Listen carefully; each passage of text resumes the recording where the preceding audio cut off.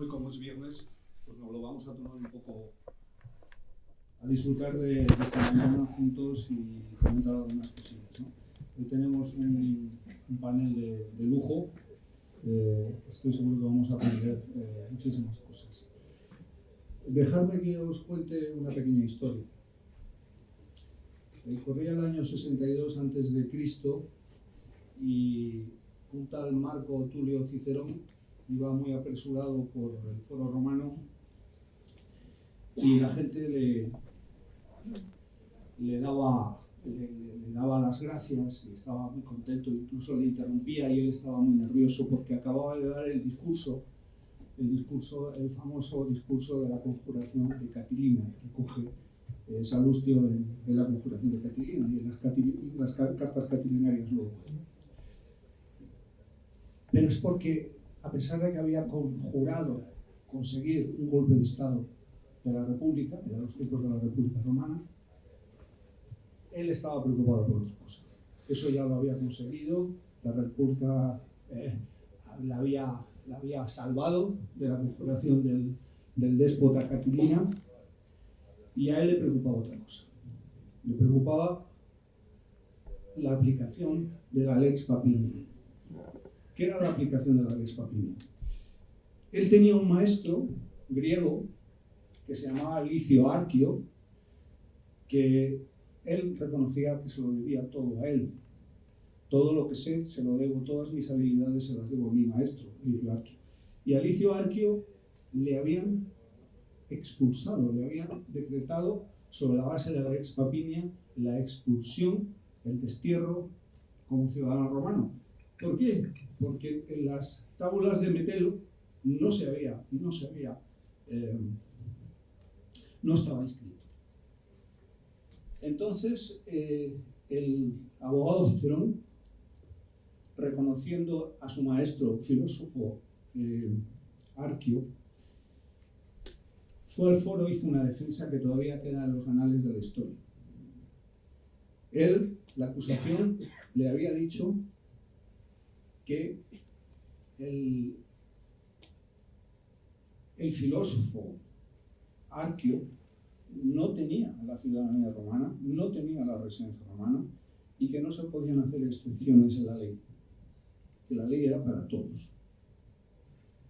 La acusación era fuerte porque no se había podido demostrar documentalmente nada en contra. Sin embargo, Cicerón hizo un alegato de defensa que consistió en lo siguiente. Señaló que le debía todo a su maestro, que era que le había enseñado todos los pensamientos que había desarrollado como abogado y filósofo, y que si todas las ciudades antiguas se peleaban por ver cuál era la patria de Homero, parecía absurdo que este gran filósofo griego, que había trabajado para la República Romana, que había estado en las campañas de Germania, que había dado el honor a la República de Roma, fuera expulsado por un simple error administrativo, que además es muy fácil que los archivos se hubieran destruido durante muchos años porque él había vivido toda su vida en Roma. Al final, cuando terminó el alegato, Cicerón, su maestro, se acercó a él antes de saber la sentencia y le dijo: muchacho, era el único que se atrevía a llamar a Cicerón muchacho. Le dijo: muchacho, realmente no me importa cuál es el contenido de la sentencia final. Lo que me importa es ver que mis enseñanzas perdurarán para todos los tiempos. Todo lo que tú has aprendido de mí sirve para la posteridad, le dijo más o menos aquí. La sentencia fue favorable a Cicerón y a Arquia le concedieron la ciudadanía y no le extrañaron, no le hicieron un destierro.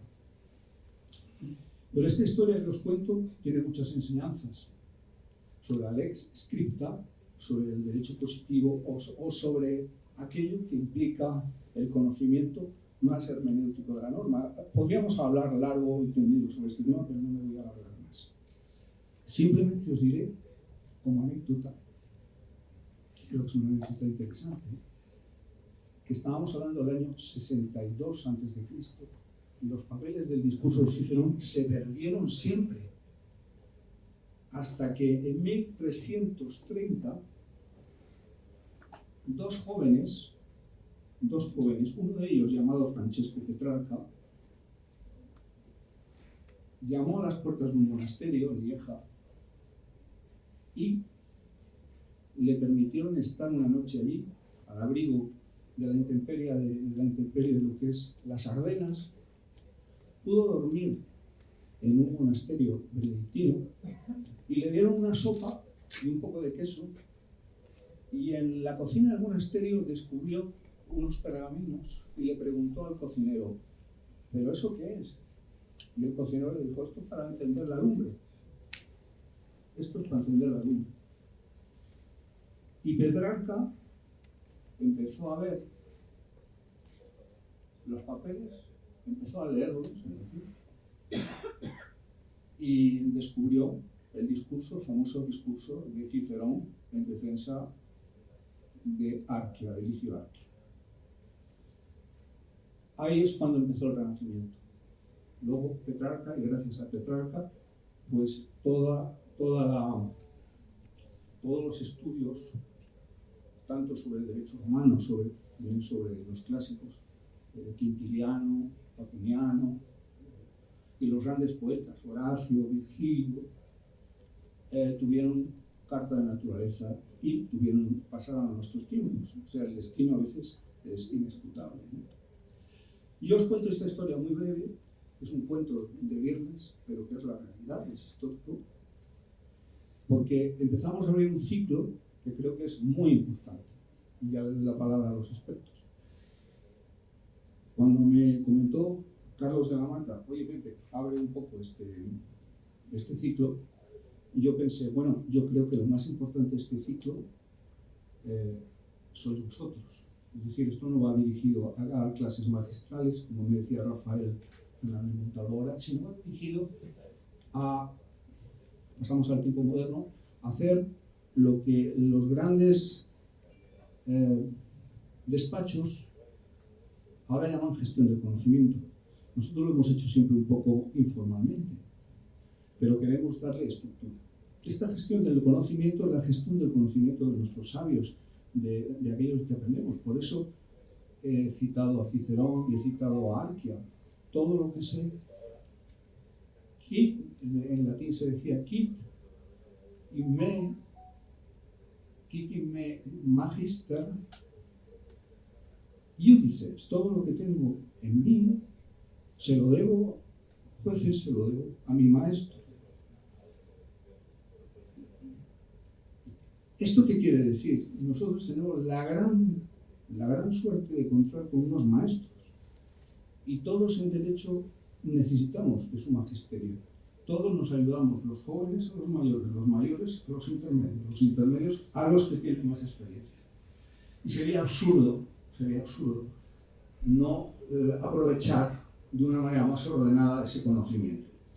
El otro día, hablando con Julián Martínez Simancas, que sabéis que es uno de los principales clientes del despacho, decía una cosa, con esto ya termino, decía una cosa importante. Decía: mirad, normalmente cuando se presenta un asunto, por ejemplo, de derecho administrativo, tienen concomitancias fiscales, tienen concomitancias civiles, incluso mercantiles. Y hoy es absurdo las categorías de nomen iuris que se establecen en cada una de las disciplinas jurídicas, son categorías que no se pueden ver exactamente. Es necesario esa interacción, esa interrelación. Y bueno, la verdad es que tienen toda la razón. Nosotros necesitamos, un penalista no entiende muy bien qué es una Junta General de Accionistas, ni sabe lo que es la doctrina del involvement. Y un mercantilista pues no sabe muy bien en qué consiste el delito continuado, el principio de tipicidad penal, ¿no? Ni tiene a lo mejor unos conocimientos de la importancia que tiene la contabilidad en un balance. Es decir, necesitamos la interrelación. Y nuestros jóvenes necesitan de la conversación, de compartir ideas, de compartir conocimientos jurídicos con nuestros mayores. Yo llevo muchos años aprovechando del conocimiento de nuestros mayores. Yo os invito a aprender de aquellas personas que han sido fiscales, magistrados, catedráticos, abogados del Estado, las altas magistraturas, pero no porque sean altas magistraturas, sino porque pueden ser maestros, como lo fue Marco Arturo Cicero de Liz. Yo creo que es una lección que nos enseña la historia y yo os invito a que la celebremos hoy. Carlos, cuando quieras. Sí. Gracias, Pepe. Bueno, muy rápidamente comentaros, primero dar las gracias a nuestro socio Carlos de la Mata y a nuestra socia Lucía Pérez, que han hecho esto posible y que lo van a seguir haciendo posible durante el resto de los programas, de las sesiones, ¿no? Que han trabajado mucho para que funcione bien. Y yo simplemente deciros un poco cuál es el objetivo de este programa que vamos a hacer en los próximos meses. Por una parte, pues, como decía Pepe, básicamente lo que queremos es una mejora y un desarrollo técnico y profesional de todos nosotros en nuestros distintos niveles, con ese intercambio de información, de criterios, de experiencias, ¿no? Luego también queremos dedicar, habrá sesiones específicas al conocimiento de nuestros clientes, es decir, al conocimiento empresarial, donde habrá aspectos relativos al gobierno corporativo, incluso aspectos comerciales, ¿no? Al final nosotros trabajamos con clientes, empresas, también personas físicas, pero muchísimas empresas, estamos involucrados en sus negocios y tenemos que conocer ese perfil y entender el contexto en el que estamos. Y por último, también lo que queremos es que haya un networking interno entre todos nosotros, que todos nos conozcamos mejor cuáles son nuestros puntos fuertes y nuestros puntos débiles, y eso mejore la gestión de los casos, ¿no? Y por último también queremos fomentar otra cosa, que es la participación, es decir, queremos que estas sesiones sean vivas. Vamos a intentar que haya intervenciones, incluso que haya feedback, cosa que haremos, instrumentalizaremos el feedback de las sesiones para que los temas o la orientación de las sucesivas sesiones que hagamos pues vayan más enfocadas. Y nada más, daros las gracias. Paso la palabra a Carlos ya para empezar. Gracias. Sí, gracias Rafael y Pepe. Esto solo muy brevemente porque ya tiene que empezar la enseñanza de verdad, que el primero de todos era Rafael. Solo comentaros un par de cosas. Aunque ya están casi todas dichas en los mails que han servido de convocatoria de explicación al desarrollo del programa. Las sesiones van a durar entre 1 hora, hora y cuarto, depende un poco también del momento de cerrar si está el debate interesante, pues podemos prolongar un poco más, si estamos más cansados podemos cerrar antes, etc. Serán con periodicidad mensual. Ya os anuncio que la próxima sesión será el 24 de noviembre, aunque todo lo estará luego por mail confirmado y será la convocatoria correspondiente, que en este caso ha fallado, porque ha fallado el programa de Microsoft y ha generado algún tipo de confusión, pero que los que podáis hacer reserva de fecha, apuntaros ya. La segunda sesión la vamos a dedicar al tratamiento jurídico de la responsabilidad por daños y contaremos con el magisterio de Encarnación Roca. Como os ha dicho Rafael, Lucía y yo vamos a coordinar el programa, por lo tanto todo lo que se refiere a aspectos materiales del programa estamos a vuestra disposición. Esperemos que todo vaya más que correcto, pero si no, disculpar, porque tendremos que hacer también camino al andar en el desarrollo de estas sesiones. Y el gran reto que tenemos, también lo ha anunciado Rafael, que es conseguir que esto sea lo suficientemente atractivo para todos los que estáis aquí y para todos los que nos oyen vía Zoom, porque si no, si nos aburrimos, si no logramos darle el pulso necesario. Tenemos todo, tenemos maestros, tenemos temas, tenemos auditorio, tenemos buenos alumnos y oyentes, pero tenemos que tener ese aspecto. Vamos a comenzar hoy hemos elegido el tema del delito fiscal. Yo creo que para todo el mundo, esté o no en un departamento fiscal, es una materia familiar, no de conocimiento profundo, pero por lo menos familiar, porque los casos que hay de delitos fiscales muchas veces tienen una gran repercusión en los medios de comunicación. acabamos de ver el caso de Shakira, antes fue el de Messi, empezó con Lola Flores en tiempos.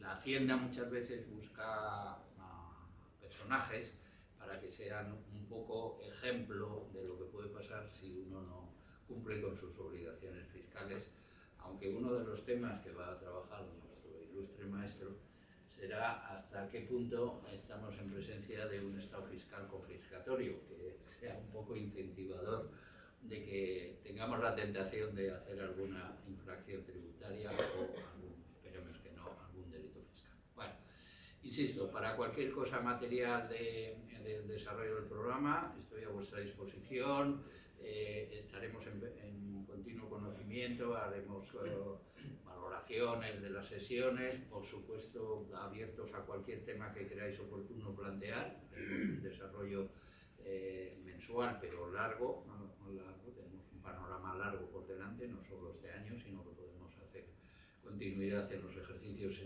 siguientes. Así que sin más y agradeciendo a todo el mundo la presencia, le doy ya la palabra a Rafael Fernández Montalvo, que hará una presentación breve suya antes de entrar al tema. Yo creo que presentación mía no hace falta porque todos me conocéis. Es más, lo que yo agradezco es que me dé un auditorio de amigos para hablar de un tema que es interesante. Es decir, empiezo con dos ventajas: estar entre amigos y tener un tema que es extraordinariamente atractivo. Así es que me ahorro, Rafael, no se te oye, perdona. Me ahorro el presentarme porque todos me conocéis, ¿no? Bueno, yo creo que debemos adoptar el modo del coloquio, del diálogo, más que una exposición magistral, que está muy alejada de mi idea. También, teniendo en cuenta el tiempo, lo que voy a hacer es lanzar alguna serie de ideas en torno al delito fiscal. El delito fiscal tiene como premisa ineludible la existencia de una relación jurídica entre la hacienda pública y el obligado tributario. La hacienda pública como acreedor, el obligado tributario como deudor del pago de un tributo, que es precisamente el sistema que tiene. ¿Me oís? ¿No? Hay que acercarse.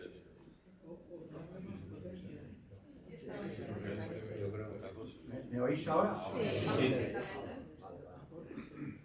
Digo que es premisa ineludible para que exista un delito fiscal el que haya una relación jurídica en donde la hacienda pública es acreedora de una cantidad, el tributo, y un obligado tributario que es el deudor. Y es el sistema, el mecanismo a través del cual los estados modernos recaudan los medios necesarios para hacer cualquier tipo de política, cualquiera que ésta sea. Es decir, no se puede concebir un Estado de Derecho, ni siquiera un Estado, sin una administración eficiente.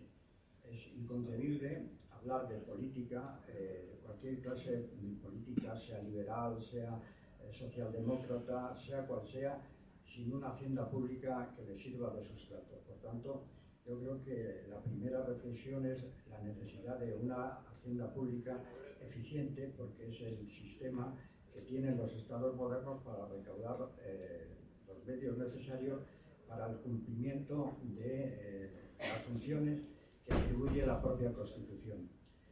En nuestra Constitución, el artículo 31, dentro de los derechos y obligaciones, establece la obligación de contribuir de acuerdo con la capacidad económica a través de un sistema tributario justo, basado en los principios de igualdad, de progresividad y no confiscatoriedad. Por tanto, este es un valor jurídico que trata de proteger precisamente el delito fiscal. Por tanto, la discusión que existe en torno a si el bien jurídico protegido por el delito fiscal es el patrimonio de la hacienda pública o es la propia función de la hacienda pública, en realidad se trata de un valor constitucional reconocido en el artículo 31, al precepto al que precisamente la jurisprudencia del Tribunal Constitucional hace continua referencia. En realidad el tributo tiene tres finalidades: la finalidad recaudatoria, la finalidad económica y la finalidad social. Esto pone de relieve la gran importancia, la gran trascendencia que tiene la administración tributaria y la protección de ese bien jurídico que se plasma a través del delito fiscal, actualmente tipificado en el artículo 305 y siguiente del Código Penal. Hablar del fraude fiscal es un tema realmente atractivo, no solamente desde el punto de vista científico, sino también desde el punto de vista de la opinión pública. Se habla de la cantidad de fraude, la dimensión cuantitativa que tiene el fraude, cientos de miles de millones, y el porcentaje del Producto Interior Bruto, y se resalta, por tanto, esa importancia y esa trascendencia. En realidad,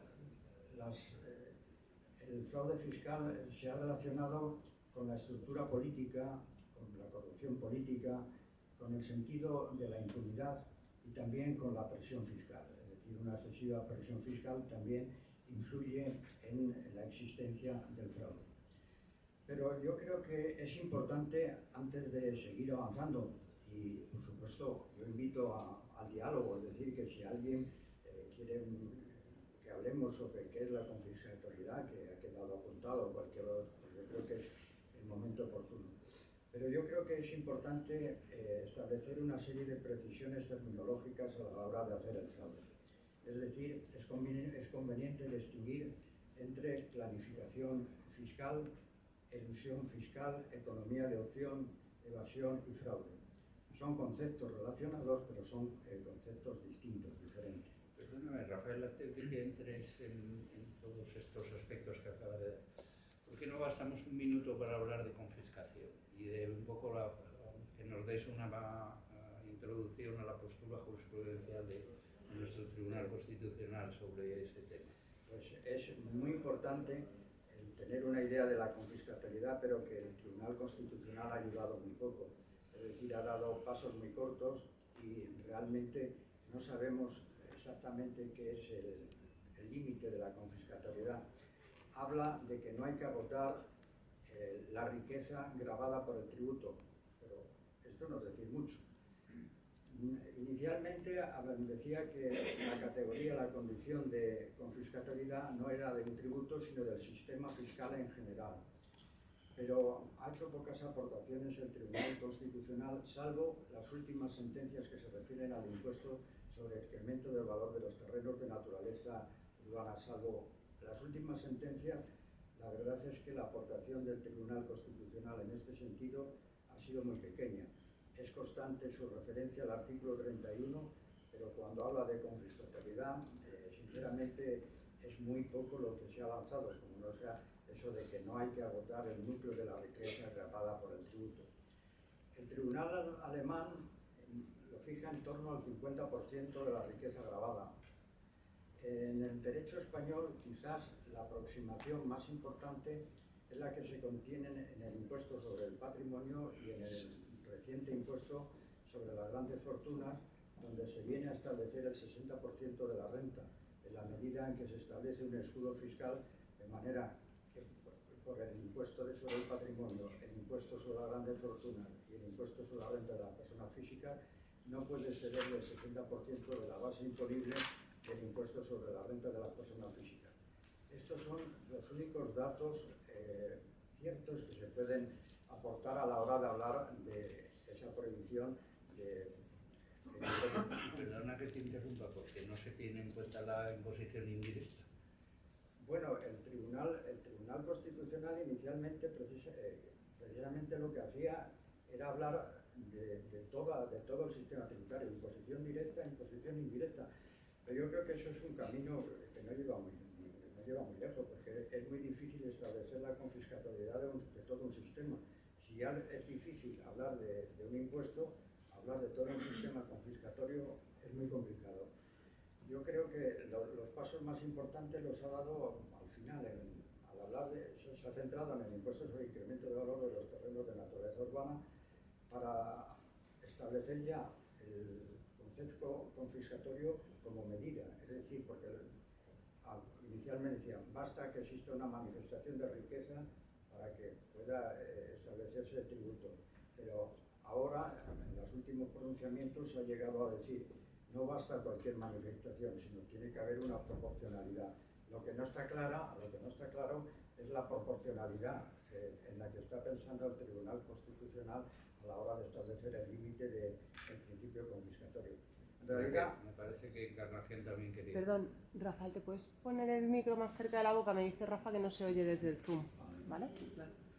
Sí, gracias por darme la palabra. Se me está ocurriendo, a medida que estás hablando, claro, tú has dicho que los impuestos tienen finalidades económicas y finalidades sociales. Imagino un país tipo... Gracias. Un país tipo Suecia, por ejemplo, en el que los impuestos son altos, pero en cambio están compensados por una cantidad de servicios sociales que recibe el ciudadano, como las escuelas, la sanidad, etcétera, etcétera. Esto, ¿qué relación tiene esto con la confiscatoriedad? tiene mucha relación, porque yo creo que son los dos extremos a considerar, son los ingresos y el gasto. Es decir, la justificación triple que tiene el ingreso está en el control del gasto. No es, la naturaleza del gasto no es un elemento indiferente a la hora de justificar el sistema tributario. Obviamente el destino de esos recursos está condicionando el carácter o no confiscatorio. Pero insisto que el Tribunal Constitucional Español ha aportado muy poco en relación con el principio de no confiscatoriedad. Tiene las dificultades de los principios constitucionales tributarios, porque los principios constitucionales tributarios son de dos clases, uno de carácter formal y otro de carácter material. De carácter formal, por ejemplo, la reserva de ley, el principio de legalidad, y luego están los principios materiales de la justicia tributaria, de principios constitucionales materiales, la capacidad económica, la no confiscatoriedad, y realmente son parámetros difícilmente asequibles. Por lo menos la jurisprudencia del Tribunal Constitucional no nos permite en estos momentos decir con absoluta claridad cuándo un tributo empieza a ser confiscatorio. Yo creo que la referencia más clara es el 60% de la base imponible del impuesto sobre la renta. No porque lo haya dicho el Tribunal Constitucional, sino porque está en la ley, tanto en el impuesto sobre el patrimonio como el impuesto de las grandes fortunas. Es lo más que se puede decir en ese sentido. Pero naturalmente que el control del gasto es esencial, es decir, no tiene justificación unos ingresos al margen del gasto al que van destinados. Pero yo lo veo entonces en el sentido de que el gasto afecta más a la proporcionalidad y sin embargo la confiscación, y yo creo que afecta más al patrimonio de la persona a la que se le pone el impuesto. Es decir, lo que tú estás diciendo, pero que tiene una separación, creo yo, bastante cualitativamente dicha, ¿no? Una cosa es lo que afecta a una persona en cuanto al impuesto, que puede ser confiscatorio, etcétera, y otra, que ese impuesto se produzca con un gasto proporcional a lo que... ¿no? Sí, lo veo yo así eso. ¿No? Los mecanismos del control del gasto, aparte de la protección penal que tiene el destino del gasto, que es la malversación propia e impropia, están el control interno y externo del gasto a través de la intervención o a través del Tribunal de Cuentas, pero ciertamente son cosas relacionadas aunque distintas. Una pregunta, ¿cómo funcionaría la relación entonces en impuestos especiales como sería el impuesto sobre el plástico? Porque claro, estamos hablando de impuestos sobre el patrimonio, entonces al final tiene una relación de confiscatoriedad, tendría justificación la confiscatoriedad porque al final va directo a una mejora de los servicios. Pero un impuesto especial como el impuesto sobre el plástico que va dirigido a que no consumas plástico, o sea, no le encuentro un poco la explicación. Bueno, es que hay varias preguntas. Una, ya la había apuntado Carlos, porque no se tenían en cuenta los impuestos indirectos a la hora de la confiscatoriedad. Es que la manifestación de renta se produce en tres momentos: cuando se adquiere la renta, cuando se gasta y cuando se tiene. Son los tres son los 3 momentos en que uno se puede fijar en la renta a la hora de fijar la confiscabilidad. El tema este es parecido, pero no es exactamente igual, porque lo que hay una finalidad extrafiscal, que va más allá de lo recaudatorio, que es de orientación política, que ahí también aparece matizado la confiscabilidad. Yo creo que la manifestación más clara a la hora de establecer un criterio para la confiscabilidad es el momento de la adquisición de la renta, por tanto, los impuestos directos. Los otros momentos, el de la tenencia de la renta o la disposición de la renta, es más complicado.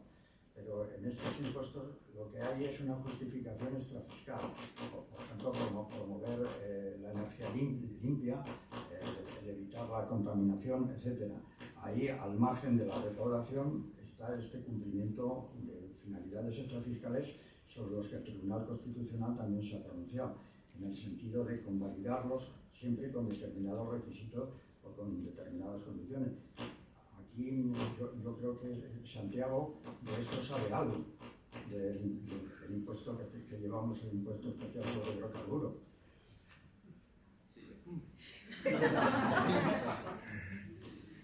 Sí. Claro, sí, de estos impuestos con su finalidad específica. Ahí tenemos un impuesto que está exento, pero que durante un tiempo se perdió la exención y nosotros estamos discutiendo si había una obligación derivada del derecho de la Unión Europea de este impuesto, que es un impuesto especial, y el carácter extrafiscal, que no era meramente recaudatorio, si se trataba de un componente de fósil o no fósil, es decir, eso es otro tema colateral, pero sí que tiene que ver con ello. Hola, Rafael, ¿no? Te has estado refiriendo al elemento cuantitativo en relación con el confiscatorio, ¿no? En torno al 60% más o menos. Yo quería preguntar si el Tribunal Constitucional ha hecho algún tipo de análisis también, no tanto cuantitativo, sino también conceptual. Por ejemplo, el impuesto sobre el patrimonio, otra forma de recaudatoria podría ser subir un poco el tipo de IRPF, o por ejemplo en renta, en impuestos como las sucesiones o las donaciones que ya han estado sujetos, por ejemplo, al IRPF, si ahí el elemento de la confiscatoriedad se ha abordado, se ha sentido que hay una doble imposición o no sé cómo. Sí, esa es otra cuestión importante, porque la fiscalidad sobre el patrimonio es muy singular. Es decir, la fiscalidad sobre el patrimonio no está bien vista entre los hacendistas, porque implica posiblemente una doble imposición cuando se adquiere el patrimonio y después en el momento de mantenerse. Y de hecho, en la Unión Europea no existe el impuesto sobre el patrimonio. Y a nivel de la OCDE es escasísimo. Está en absoluto retroceso. El impuesto sobre el patrimonio se le considera, primero, escasamente recaudatorio, escasamente justificado por la redistribución de renta y además por tener el riesgo de tener una doble imposición en el momento de la adquisición del patrimonio y en el momento de la tenencia del patrimonio. Mira, el impuesto de patrimonio se creó en la Secretaría General Técnica del Ministerio de Hacienda y yo era el secretario general técnico. Y se hizo con efecto únicamente censitario. No tenía finalidad fiscal ninguna, justamente para proporcionarlo con el resto de las economías europeas. Y fue posteriormente, una vez que se hizo la relación de bienes, que solamente se quería tener como conocimiento por parte de Hacienda, y se transformó en un impuesto inexistente en Europa y que es necesariamente de doble imposición. Es un impuesto absolutamente injustificado porque todo lo que está grabado en el impuesto al patrimonio ya está grabado individualmente. Por tanto, ahí sí que había que exigir que volviera a su origen, solamente con carácter físico. De hecho, ha vuelto a su origen en algunas comunidades. Por eso afortunadamente, y no que algunas quieren seguir insistiendo en lo que es un claro caso de doble imposición. Inés también quería intervenir. No nos dejan avanzar. Ahora retomamos. Yo, partiendo de mi desconocimiento absoluto del tema fiscal, yo siempre he tenido la idea de que el concepto de confiscación abarca lo que soporta un individuo físico o jurídico en los 3 conceptos que has dicho muy bien, que te graban cuando adquieres, cuando tienes y lo que gastas. Entonces la confiscación me parece que el 60% de renta, bueno, pues a ese 60% de renta habrá que sumar lo que tú pagas cuando gastas, habrá que sumar lo que tú pagas cuando adquieres, con lo cual la confiscación es mucho más que ese 60% de renta, mi opinión desde el conocimiento, desde el desconocimiento. No es un desconocimiento, es lógica. Es lo que se puede decir en el estado actual de la jurisprudencia sobre la constitucionalidad. Es como está. Pero vamos, me parece Sí. que es abordar el tema de una manera Es muy hacerse sesgada trampa. y muy... Si tú muy- eres listo, yo creo que si tú eres listo en el Lo haces 60, pro Hacienda, pero claro, al individuo lo sangras. es hacerse trampas. Porque, Sí. Trampas al solitario. la pero presión fiscal real es mucho mayor. mucho mayor, pero mucho Mayor, por eso digo que esto hay Y que se- sumar por los conceptos. si se pudiera.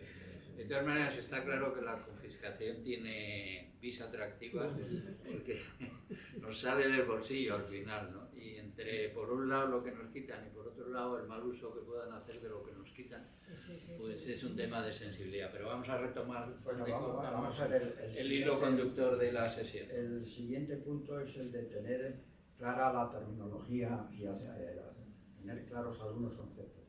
Es decir, son términos relacionados pero que no se confunden, de la planificación fiscal, la economía de opción, la evasión fiscal y el fraude fiscal.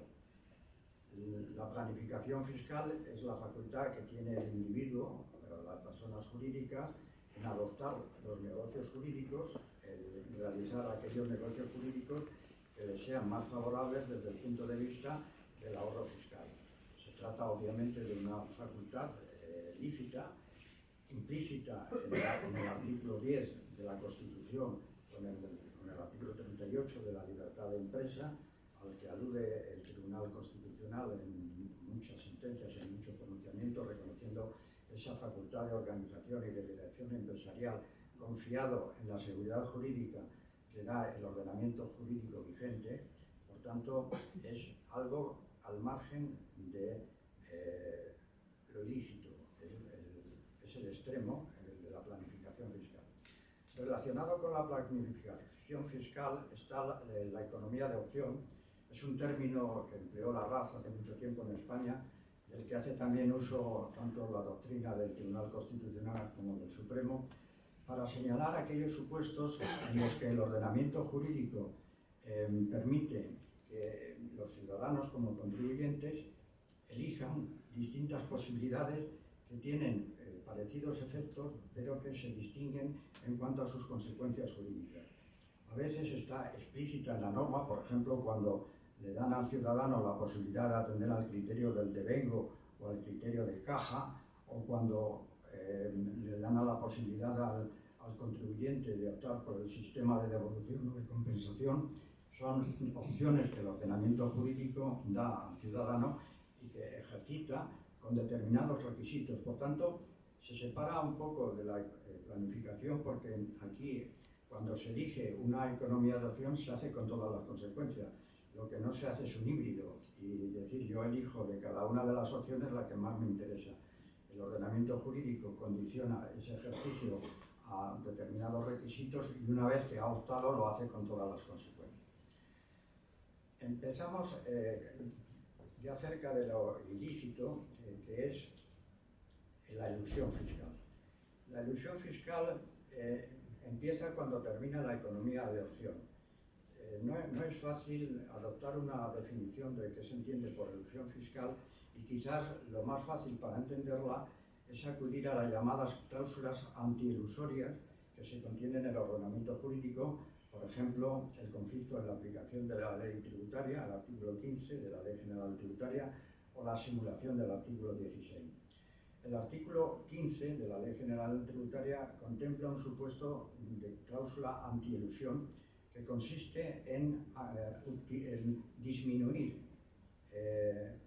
los hechos imponibles, disminuir la cuantía de las cuotas o de las bases, utilizando actos o negocios jurídicos que se caracterizan por dos notas. Una, por tener el carácter de atípico o inusual para el efecto que se consigue, y en segundo lugar, que ese resultado que se consigue desde el punto de vista jurídico o económico no sea relevante más allá del simple ahorro fiscal. Este es el supuesto del conflicto en la aplicación de la norma tributaria. Es un supuesto de ilusión fiscal en la configuración, tal y como lo hace la Ley General Tributaria. Para que la Hacienda Pública aplique esta cláusula antiilusoria, tiene que haber un dictamen favorable de una comisión regulada en el artículo 159, y las consecuencias todavía no son las consecuencias de la ilicitud, porque aquí lo que supone es que si hay un conflicto en la aplicación de la ley, se va a aplicar la norma que correspondería al negocio tipo, al negocio usual y no a ese negocio inusual, además naturalmente de la liquidación de intereses, pero no lleva aparejada sanción. La otra cláusula antiilusoria es el de la simulación. La simulación negocial, esta sí que la puede declarar la Hacienda Pública a efectos solamente tributarios, y aquí ya puede llevar consigo, además de la liquidación de intereses, una correspondiente sanción por ese negocio simulado. Y entramos ya en los dos conceptos más componentes de ilicitud, que son el de la evasión fiscal y el del fraude fiscal. La evasión fiscal comprende toda conducta ilícita, dolosa o culposa, por la que una persona física o jurídica, en su condición de contribuyente, evite el pago de tributos o oculte bienes a la Hacienda Pública. Este es el concepto genérico de evasión, que comprende tanto infracciones y sanciones administrativas y el delito fiscal. Y luego está el delito fiscal, el fraude, es el contemplado en el artículo 305 del Código Penal, que se caracteriza por dos notas. Una de carácter cuantitativo, tiene que exceder de 120.000 euros, y otro por el elemento subjetivo del tipo, es decir, tiene que tener un componente defraudatorio, de engaño. No basta exclusivamente con el impago, no basta exclusivamente con dejar de pagar. Es una acción, es una conducta que puede ser activa o omisiva, pero en todo caso de defraudación, que tiene dos componentes del tipo objetivo, que es la elusión del pago del tributo, el disfrutar indebidamente de un beneficio fiscal o obtener indebidamente una devolución fiscal, y el componente subjetivo, el elemento subjetivo del tipo, que es el elemento defraudatorio del engaño o de la conducta o actuación mental. Por tanto, el delito y la infracción se diferencian por dos notas: la cuantía, y porque la infracción administrativa puede ser dolosa o culposa, y el delito fiscal es siempre doloso. Es un componente de defraudación y por tanto no se da la modalidad de delito culposo tratándose del delito fiscal. Yo creo que esto está bastante claro. No sé si a alguien le apetece intervenir a propósito de estas características que nos acaba de describir. Y como vamos ya un poquito justos de tiempo, si nadie quiere intervenir, yo le pediría a Rafael que nos introduzca algo en la historia del delito fiscal, y cómo ha evolucionado en los últimos tiempos. Bueno, el delito fiscal no ha existido siempre. El delito fiscal realmente tiene una fecha de nacimiento que es 1977. En el Código Penal de 1870, el delito fiscal estaba contemplado en el artículo 319 dentro de los delitos de ocultación de bienes e industrias, y la Fiscalía lo consideraba como un delito imposible y mencionaba solamente dos sentencias que hubieran aplicado este delito. Por tanto, es un delito que tiene su partida de nacimiento en la Ley 50/1977 de medidas urgentes fiscales. ¿Pero en la época de Franco no había delito fiscal? Estaba el 319, pero que no servía para nada. ¿Porque no se aplicaba o porque no estaba configurado como delito? Estaba configurado como delito, pero era un delito de ocultación de bienes e industria, que era, como la Fiscalía decía, un delito imposible, porque estaba configurado de una manera tan absurda el bien jurídico protegido tenía tan poco que ver con la hacienda pública que realmente se aplicó en dos ocasiones. O sea, se aplicó en dos ocasiones. A partir de la Ley 50/1977 aparece la historia del delito fiscal en España y los artículos 37 y 38. En primer lugar, desde su origen ya se integra por los dos elementos, el elemento objetivo de la evasión fiscal y el elemento subjetivo de la defraudación. Se configura como un delito privado solamente perseguible a instancia de la hacienda pública y por tanto había como requisito ineludible una actuación administrativa previa y una liquidación administrativa sin la cual no había delito fiscal. Es decir, no era posible, si tuviera un acto firme de liquidación, el delegado de Hacienda de entonces acudiera al Ministerio Fiscal para ejercer la acusación y para que se siguiera el delito fiscal. Esta es la primera etapa, que es la etapa, digamos, administrativa, como de requisito administrativo previo. La segunda etapa es la etapa que se inicia en 1985, que se modifica el Código Penal y la Ley de Enjuiciamiento y la Ley General Tributaria. Entonces es una etapa que se caracteriza por la preferencia absoluta de la jurisdicción penal y por el respeto absoluto al principio ne bis in idem. Es decir, entonces en el momento en que había indicios de un delito fiscal, la Administración Tributaria paralizaba las actuaciones, remitía el tanto de culpa a la jurisdicción penal o el expediente al Ministerio Fiscal, paralizaba todas las actuaciones a resulta de lo que ocurriera en el proceso penal. Solamente en caso de que hubiera sentencia absolutoria o que se sobreseyera el procedimiento o se devolviera el expediente por el Ministerio Fiscal, la Administración continuaba. Esta fue una etapa muy característica derivada de lo que se entendían exigencias del principio ne bis in idem y de la prioridad absoluta de la jurisdicción penal sobre las actuaciones administrativas.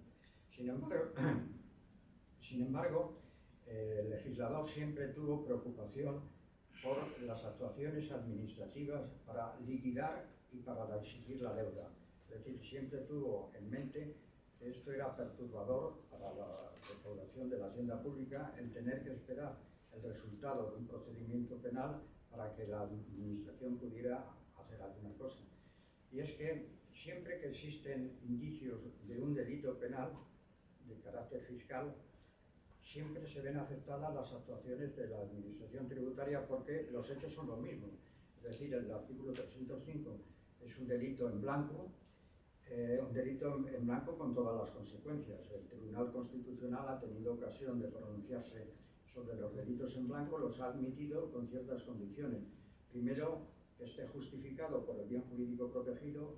Segundo, que haya una configuración explícita de su condición de delito en blanco. Tercero, que haya un cierto grado de certeza en la tipificación de la conducta. Y finalmente, que la pena esté incluido dentro de la ley que tipifica el delito.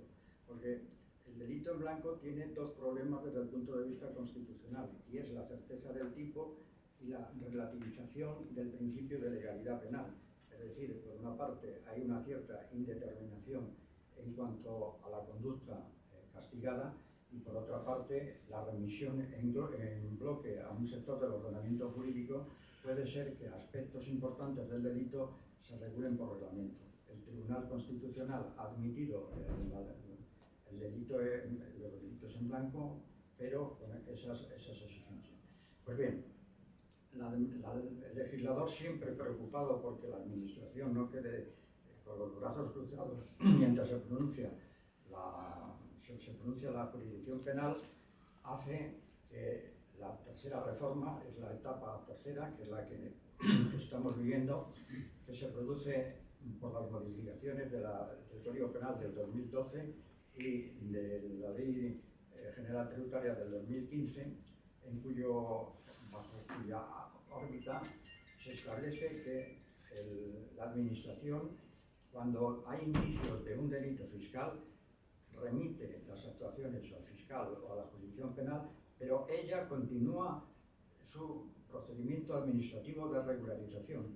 Llega incluso hasta la liquidación y hasta la exigencia recaudatoria de la deuda tributaria. Es decir, no se paraliza.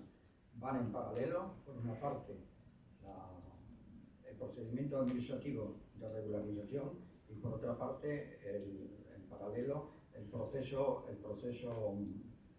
penal. ¿Y eso no es una infracción del principio de no bis in idem? No, porque se corrige al final. Es decir, al final se corrige porque la administración, en el momento de la liquidación, hace dos tipos de liquidaciones. La liquidación de los elementos vinculados al delito y la liquidación de los elementos no vinculados al delito. La liquidación de los elementos vinculados al delito es una liquidación provisional y a la espera de lo que diga la jurisdicción penal. Es decir, esa liquidación provisional no es impugnable ni en vía administrativa ni en vía contenciosa administrativa. Tiene la consideración de provisional hasta que decida el Tribunal Penal. El Tribunal Penal puede decir tres cosas. Puede decir que hay delito y que la cuota es exactamente igual que la de la liquidación administrativa, en cuyo caso no pasa nada. Puede decir que no hay delito o que la cuota es inferior, en cuyo caso se anula la liquidación administrativa y se retrotraen las actuaciones al momento en que se dictó el acta de liquidación de la administración tributaria. Por tanto, esa es, digamos, la derivación de la liquidación de elementos vinculados al delito. Y luego están la otra liquidación de elementos no vinculados al delito, en que esta se rige por el procedimiento administrativo normal y ordinario, es susceptible de recurso en vía administrativa y en vía contenciosa administrativa. Por tanto, a través de este mecanismo... ¿Cuáles son esos elementos no vinculados al delito? Pues puede haber elementos que sean indiscutiblemente ajenos a que se hayan producido o no se haya producido el delito. O sea, hay algunos componentes que están integrados en la base disponible de los hechos perseguidos por la Constitución Penal y otros que no lo son. Depende naturalmente del delito. De todas maneras, era necesario antes que se produjera una liquidación por parte de la Administración con un acta de disconformidad. Entonces es cuando se podía plantear el tema de cuál era la cuantía, si sobre la cuota resultante o sobre la sanción impuesta, en donde la Administración muchas veces, y en los últimos tiempos yo creo que desgraciadamente, actúa con arbitrariedad. Es decir, se están estableciendo en este momento sanciones del quíntuple, cosa que en nuestra época nunca existía. Es decir, en la época de inspección la sanción era prácticamente como mucho el doble. Y ahora mismo se está estableciendo por parte de la Administración tributaria una arbitrariedad tremenda, porque llegan hasta el quíntuple de la cuota, con lo cual puedes que una cuota determinada se transforma en un delito fiscal como consecuencia de la sanción. No es exactamente así. O sea, solamente se tiene en cuenta la cuota. Ahora, la cuota, o sea, el delito solamente tiene en cuenta la cuota y además, a la hora de fijar la cuota, distingue según sean delitos periódicos o delitos instantáneos. Delitos periódicos es, por ejemplo, el IRPF, es lo que se ha podido defraudar durante un año. Delito instantáneo de transmisiones patrimoniales exclusivamente en ese acto. Y solamente se tiene en cuenta la cuota, no la sanción, que puede llegar hasta el quíntuple y hasta el sextuple, porque el delito tipo tiene las penas de 1 a 5 años y además del tanto al sexto al quíntuple. Pero hay delitos cualificados que llegan de 2 a 6 años y hasta el sextuple. Pero desde luego las cosas están como están. De todas maneras, en esta dualidad que nos acabas de exponer, a mí lo que me parece más interesante, que no toca hoy porque tocarán las aplicaciones jurisprudenciales y por lo tanto le tocará más a Juan, es que al final sea el tribunal el que fije la cuantía a pagar. Que el tribunal haga funciones casi de administración tributaria, ¿no? Pero lo dejamos, insisto, para otro día porque porque vamos un poquillo mal de tiempo, que todavía nos queda toda la fase administrativa de tramitación de la infracción tributaria. Bueno, pues entonces cedo el micrófono a Pedro. ¿Quieres Una pregunta, Rafael, perdona. En la Unión Europea existe la OLAF, creo que es una oficina antifraude, ¿no?, que se dedica a supervisar la buena utilización de los fondos europeos. Esta oficina, en la Unión Europea existe la OLAF, la agencia antifraude. ¿Tienen ellos competencias para denunciar lo que detecten a la Fiscalía Española o a los tribunales? Sí, y además ellos tienen unas cuantías especiales. Nosotros hemos dicho que son 120.000 euros. Ellos tienen 100.000 euros e incluso por encima de 10.000 euros. Tienen una previsión especial para la Hacienda. O sea, el sujeto pasivo del delito es la Hacienda estatal, foral, autonómica, local y de la Unión Europea. Pero la de la Unión Europea además está hiperprotegida porque la cuantía límite del delito es más baja y además tiene esa condición de sujeto protegido, especialmente protegido. Pero se refiere a fondos de la Unión Europea. Roberto Miño parece que al final quería hacer alguna intervención. Rafael, muchas gracias. Perdón si lo que voy a decir no tiene nada que ver con lo que explicaste de la evasión o del fraude, ¿vale? Es una pregunta. A ver, tenemos clientes que son autónomos y que les empieza a ir bien y quieren dar el salto a una SL. Sin micrófono nos oyen fuera.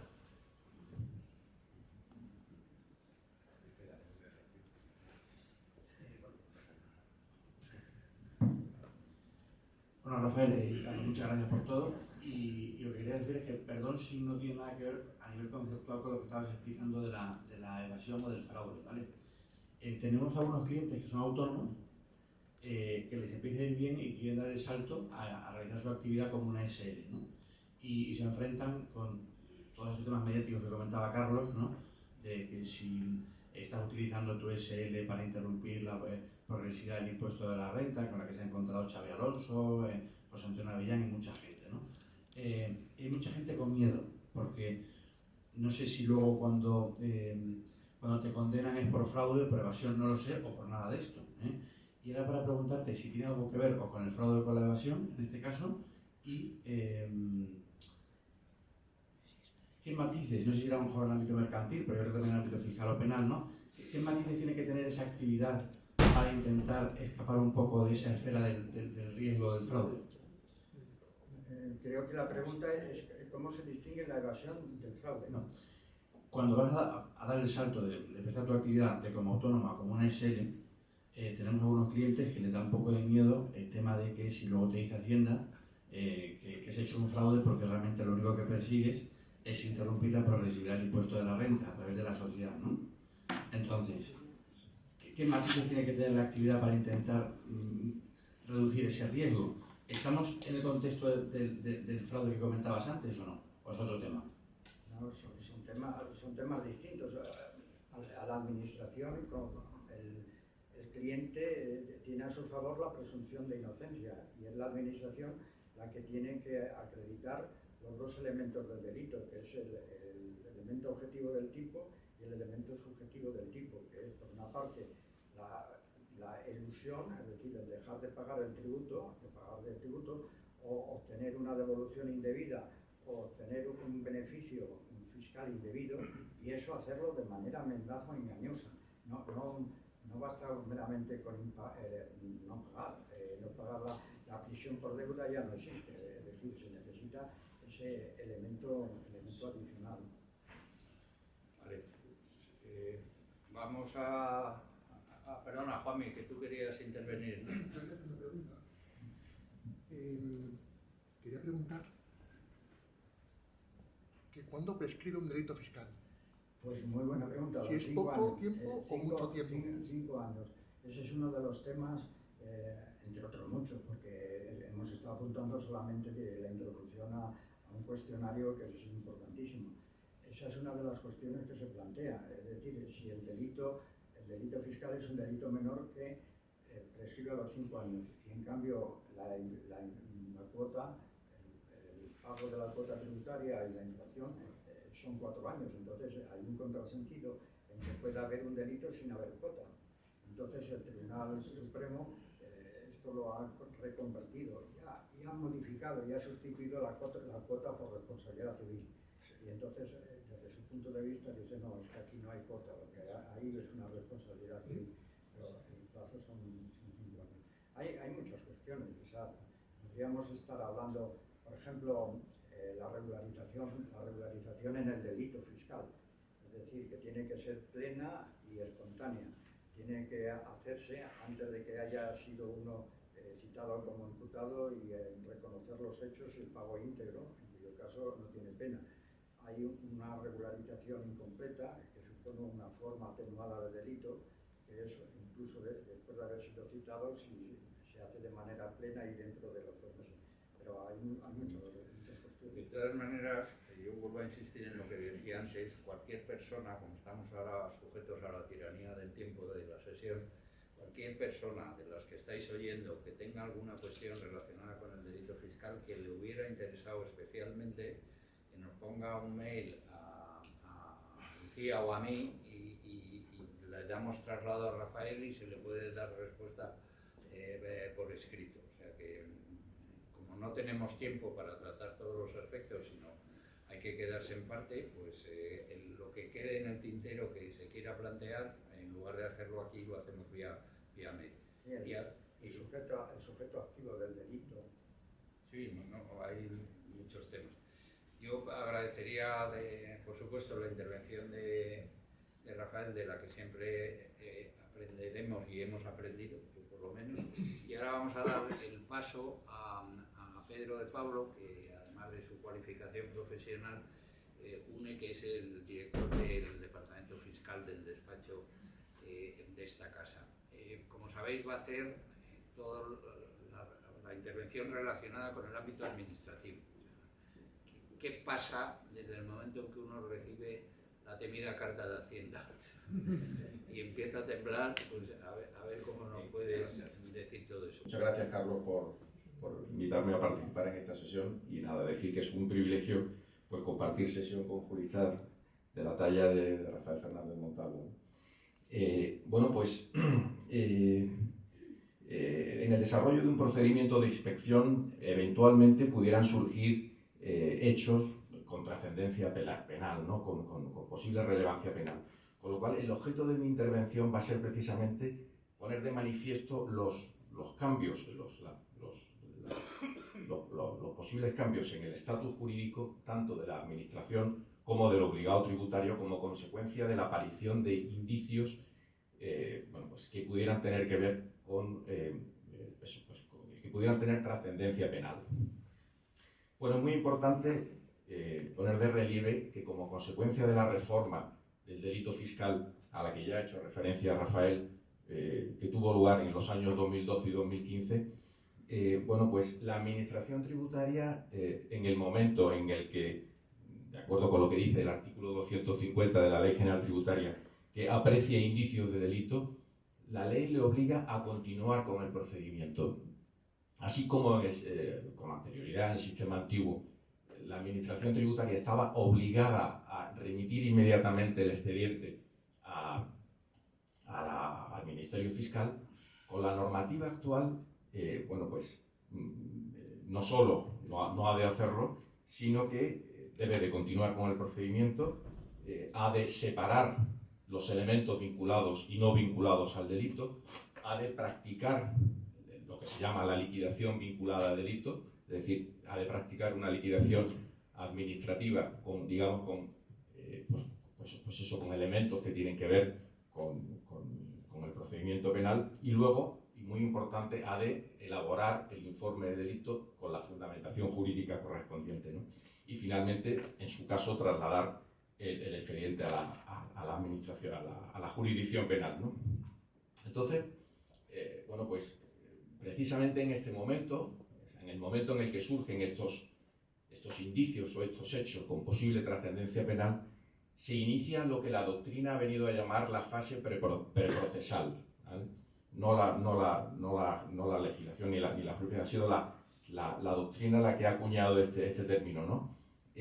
Bueno, pues, ¿en qué consiste esta fase preprocesal? Bueno, pues, como decía, efectivamente, se inicia cuando como consecuencia de la investigación llevada a cabo por la Inspección de los Tributos, surgen hechos con posible trascendencia penal y a partir de ese momento la Administración Tributaria lleva a cabo labores de investigación de posibles conductas delictivas, teniendo en cuenta que en principio la Ley General Tributaria, digamos que atribuye la potestad a la Administración Tributaria de verificar el cumplimiento de obligaciones tributarias estrictamente, ¿vale?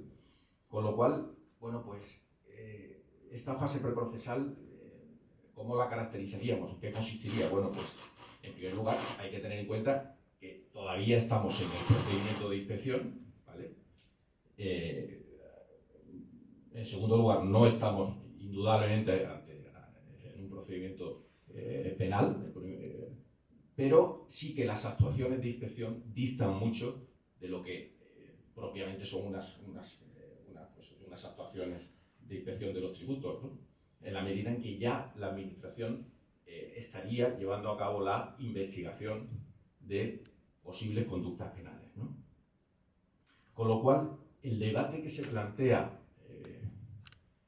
bueno, pues efectivamente, una vez que se ha iniciado la llamada fase preprocesal, es, bueno, pues, ¿en qué momento mutan o en qué momento, bueno, pues, habría un cambio en el estatus jurídico, tanto en la posición jurídica de la Administración como del obligado tributario? Teniendo en cuenta que con el sistema anterior, claro, tradicionalmente el problema era en qué momento la Administración Tributaria tenía que remitir el expediente a la jurisdicción penal cuando la ley le obligaba a hacerlo de inmediato. Es decir, ahí, claro, ahí se planteaba que en la medida en que se demorara la Administración Tributaria al remitir el expediente, se estaba demorando digamos, la aplicación de los derechos fundamentales del artículo 24 en ese caso, para el posible investigado, ¿no? En la actualidad, el debate no es ese, el debate es en qué momento empieza la llamada fase preprocesal, en qué momento la Administración Tributaria de facto está llevando a cabo investigación de conductas potencialmente delictivas y en ese sentido, en qué momento, bueno, pues puede estar, digamos, alterándose el estatus jurídico tanto de la Administración Tributaria como del obligado tributario, ¿no? Por tanto, bueno, pues estamos ante un pretendido equilibrio entre el deber de contribuir, a que también hacía referencia a Rafael, el regulado en el artículo 31 de la Constitución, y por un lado, y por otro lado entre los derechos del artículo 24, ¿no? Entonces debiera haber un equilibrio entre estos dos derechos constitucionales que habitualmente el Tribunal Constitucional pretende, digamos, equilibrarlos a través del llamado juicio de ponderación, ¿no? Es decir, no puede haber un desequilibrio entre ambos que vacíe de contenido alguno de los dos. Es decir, está claro que debe de existir, obviamente, el deber de contribuir para el sostenimiento de los gastos públicos del sistema, pero también hay que respetar y habría que tener en cuenta los derechos del obligado tributario y valorar hasta qué punto o en qué momento se deberían de activar estos derechos fundamentales, ¿no?, que decimos. Bien, con lo cual yo creo que podemos empezar por hacer un breve resumen de la posición jurídica tanto de la Administración. ¿Sí? No quisiera adelantar cosas que tengo Sí. que decir, pero la cuestión que tú has planteado yo creo que está resuelta. Yo creo que está resuelta. En todo caso podemos, tampoco para invadir lo que una explicación más extensa, mira, el principio de no autoincriminación es absoluto. Es absoluto. Acércatelo más. Tanto en un expediente administrativo sancionador como naturalmente en la jurisdicción penal. Punto primero. Punto segundo. aquellas diligencias administrativas que se hayan llevado a cabo ante las autoridades tributarias o ante la inspección, desde luego, si han sido obtenidas bajo coacción, y la coacción puede ser una multa, no van a ser tenidas en cuenta en la esfera jurídica. Es así. Bien, además, pues bueno, hay además una serie de sentencias del Tribunal Europeo de Derechos Humanos que han puesto de relieve esta cuestión. Y la verdad es que en cuanto a la reforma a la que se refería, a la que referíais, que es la de la ley del 2015, ¿no? Nadie ha planteado una cuestión de constitucionalidad en relación con esa ley. Entonces, bien, quizá el Tribunal Supremo lo que dice es que, oiga usted, si usted le han requerido que presente unos documentos, usted los ha presentado voluntariamente, e incluso voluntariamente ha ido con sus asesores a la inspección y ha declarado voluntariamente, bueno, pues esto, en fin, no vulnera ningún sistema de derecho fundamental, no vulnera los derechos fundamentales. O sea que en ese sentido, el único problema que se podría plantear es, mire usted, le requiero que me presente estos documentos. La ley tributaria dice que usted está obligado a presentarlo. Y dice, bueno, pues yo no se los quiero presentar, porque eso supondría una autoincriminación. Y yo creo que desde esa perspectiva, la jurisdicción penal, el momento del enjuiciamiento, no podría tener en cuenta la validez de esos documentos como prueba de cargo. Sí, efectivamente. Pero bueno. Sí, no, es así, Juan. Efectivamente, el Tribunal Constitucional, como tú muy bien estás apuntando, reconoce la inutilización de la información obtenida coactivamente para el posterior procedimiento penal. Pero lo que no reconoce la jurisprudencia ni del Constitucional ni del Supremo es que el obligado tributario tiene derecho o tendría derecho a la activación de los derechos fundamentales del artículo 24 en el momento en el que todavía dentro del procedimiento de inspección la administración de facto esté llevando a cabo investigación de conductas delictivas, que eso es lo que la doctrina está pretendiendo, y que además eso en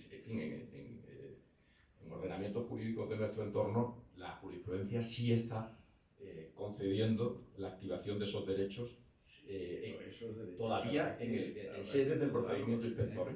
Habrá que modularlos. Sí, sí. No todos tienen la intensidad que tiene el mnemotenéculo, o sea, la no autoincriminación. O el resistirte a entregar una documentación que pueda autoincriminarte. El derecho a la prueba vendrá en su momento, las dilaciones indebidas, etcétera, etcétera. Claro, lo que pasa es que la jurisprudencia del Constitucional expresamente no ha admitido eso, pues, la activación de los derechos fundamentales en el curso del procedimiento de inspección cuando notoriamente, cuando notoriamente la administración la inspección de los tributos está llevando a cabo actuaciones investigadoras de delito. ¿Perdón? Que digo que no los ha admitido el juez, pero ni tampoco los ha dejado de admitir. Hay una que además estuve yo viendo ayer, pero es que tampoco quiero adelantar cosas. Hay una sentencia del Tribunal Supremo, que era del caso Messi, precisamente, que en su fundamento jurídico noveno, estudia Perdonar que os interrumpa, porque además el debate sobre la ahora que habéis tenido los dos ponentes sobre autoincriminación, a mí me parece terriblemente interesante. Tenemos exactamente 2 minutos. Cosas, tiempo que llevamos, a lo mejor el auditorio lo tenemos los reservados. No dejo en tu hermano Rafael. 2 minutos ahora y cerramos ahora y empieza la segunda sesión del mes que viene. Lo que tú veas más acorde con... Bueno, en 2 2 minutos, yo entonces ya iría directamente a las conclusiones, vamos. Porque... Siento dar este salto, pero tener en cuenta que en la próxima sesión, al no haber habido introducción del programa y de las sesiones, o sea, lo que hemos hecho Rafael, Pepe y yo, pues ahí ganamos un poquito más de tiempo y de espacio para debatir. Bueno, pues ya para terminar, telegráficamente decir que el legislador actual, pues digamos que ha aplicado en su función legislativa, en la medida en que ha abandonado a las dos partes de la relación jurídico-tributaria, tanto administración como administrado, en el sentido de que tenía que haber llevado a cabo la cobertura legal necesaria para que la administración tributaria pudiera investigar conductas delictivas, ¿no? Y en ese sentido, creo que es interesante tener en cuenta la sentencia del Tribunal Constitucional 79/1990 de 26 de abril, que dice expresamente que la lucha y represión del fraude fiscal no es un fin meramente asumible por el legislador tributario y que no es una opción que quede a la libre disponibilidad del legislador y de la administración, por lo cual el Tribunal Constitucional está combinando al legislador a que lleve a cabo la cobertura legal necesaria y exigible y deseable para que las actuaciones de conductas delictivas en el seno del procedimiento de inspección, que son evidentemente necesarias, pues tengan la oportuna cobertura legal, ¿no? Y por otro lado, paralelamente, pues en el mismo sentido, pues en cuanto a la posición del obligado tributario, pues poner de manifiesto un poco lo que acabamos de comentar, ¿no? Que evidentemente, como cualquier ciudadano, pues tiene derecho a las garantías del artículo 24 y que como parte de la doctrina defiende, pues tendría que tener acceso a estos derechos en los supuestos de aparición de hechos con posible relevancia penal en el procedimiento penal. Y nada más. Pues gracias a todos. Yo creo que ha sido...